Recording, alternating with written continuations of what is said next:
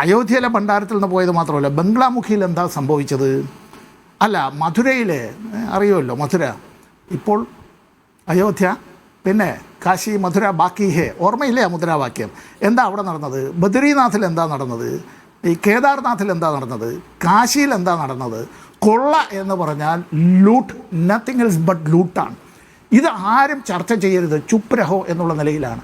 NEET പരീക്ഷയുമായി ബന്ധപ്പെട്ട് ലക്ഷക്കണക്കിന് കുട്ടികളുടെ ഭാവിയാണ് അപകടത്തിൽപ്പെടുത്തിയത്. നമ്മുടെയൊക്കെ വീട്ടിലുള്ള കുട്ടികളുടെ പൊട്ടിക്കരച്ചിൽ, ആ വീട്ടിലെ രക്ഷകർത്താക്കളൊക്കെ ഇത് കാണുമ്പോൾ ആരാണ് സമാധാനിപ്പിക്കേണ്ടത്? എത്ര കുട്ടികളാണ് ആത്മഹത്യ ചെയ്തത്? UGC പരീക്ഷയുടെ ചോദ്യപേപ്പർ അടക്കം വിറ്റ് കാശാക്കുകയാണ്. ഈ രാജ്യം തന്നെ വിറ്റ് കാശാക്കുന്ന നിലയിലേക്ക് BJP മാറി ഇല്ലേ? ഈ പറയുന്നത് the whole nation is for sale എന്നുള്ള നിലയിലേക്ക്. ഇതൊന്നും ചർച്ച ചെയ്യരുത്, നിങ്ങളെല്ലാവരും കൂടി വാഴ്ത്തിപ്പാടിക്കൊള്ളുക എന്നുള്ള നിലയിലാണ്. വാഴ്ത്തിപ്പാടിക്കൊള്ളുക ഞങ്ങളെ, അത്തരത്തിലാണ് അവർ പറയുന്നത്. എല്ലാ വിധത്തിലുള്ള പ്രതിഷേധത്തെയും അടിച്ചമർത്തുകയാണ്. ലഡാക്കിന് സംസ്ഥാന പദവി നൽകണം എന്നാവശ്യപ്പെട്ട് സോനം വാങ്ചുക്ക് നടത്തിയിട്ടുള്ള പ്രക്ഷോഭമുണ്ട്. ഇവിടെ ധർമ്മേന്ദ്ര പ്രധാൻ രാജിവെക്കണമെന്ന് ആവശ്യപ്പെട്ടുകൊണ്ടുള്ള നിരാഹാര സത്യാഗ്രഹമുണ്ട്. ഈ പ്രക്ഷോഭവുമായി ബന്ധപ്പെട്ട് വരുന്ന ആളുകളെല്ലാം പാറ്റകളെന്ന്, ശരിയാണ്, പാറ്റകളോട് ഉപമിക്കാം അത്തരത്തിൽ നമ്മുടെ ചെറുപ്പക്കാരെയും വിദ്യാർത്ഥികളെയുമെല്ലാം. അവർ ഉന്നയിച്ച വിഷയം എന്നുള്ളത് പരമപ്രധാനപ്പെട്ടതാണ്.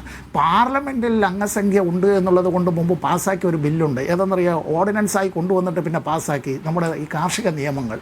പ്രധാനമന്ത്രി അടക്കം ന്യായീകരിച്ചു. അതിനെതിരായി പറഞ്ഞ ആളുകളെല്ലാം ദേശദ്രോഹികളായി മുദ്രകുത്തി മാപ്പ് പറഞ്ഞ് പിൻവലിക്കേണ്ടി വന്നു ഇല്ലേ? പാർലമെന്റിൽ പാസ്സാക്കിയത് എന്തായിരുന്നു? ഇലക്ട്രൽ ബോണ്ടുകളുടെ വിഷയം എന്നുള്ളത്.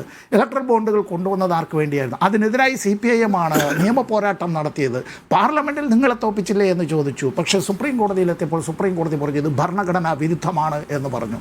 അവിടെ സ്റ്റേറ്റ് ബാങ്ക് ഓഫ് ഇന്ത്യയും ഗവൺമെൻറ്റും കൂടി ഒത്തുകളിച്ചു. തീരുന്നില്ല. നോട്ട് നിരോധനവുമായി ബന്ധപ്പെട്ടന്ന് BJP നേതാക്കൾ പറഞ്ഞൊരു കാര്യമുണ്ട്. അന്ന് 1000-ൻ്റെയും 500-ൻ്റെയും നോട്ടുകൾ നിരോധിച്ചിട്ട് പിന്നീട് എന്ത് സംഭവിച്ചു എന്നുള്ളതും 2000 രൂപയുടെ നോട്ട് വന്നതും ഓർമ്മയില്ലേ ദിവ്യ? അന്ന് ചർച്ചകളിൽ BJP നേതാക്കൾ വന്ന് പറഞ്ഞത് ആ നോട്ടിൽ മൈക്രോചിപ്പ് വെച്ചിട്ടുണ്ട് എന്നടക്കം പറഞ്ഞത്. അത്തരത്തിൽ എന്തു നുണയും പറയാൻ, അത് പ്രസംഗിക്കാൻ, പ്രചരിപ്പിക്കാൻ, അത് അടിച്ചേൽപ്പിക്കാൻ BJP സംഘപരിവാർ നടത്തുന്ന ശ്രമങ്ങളെ എതിർക്കുക.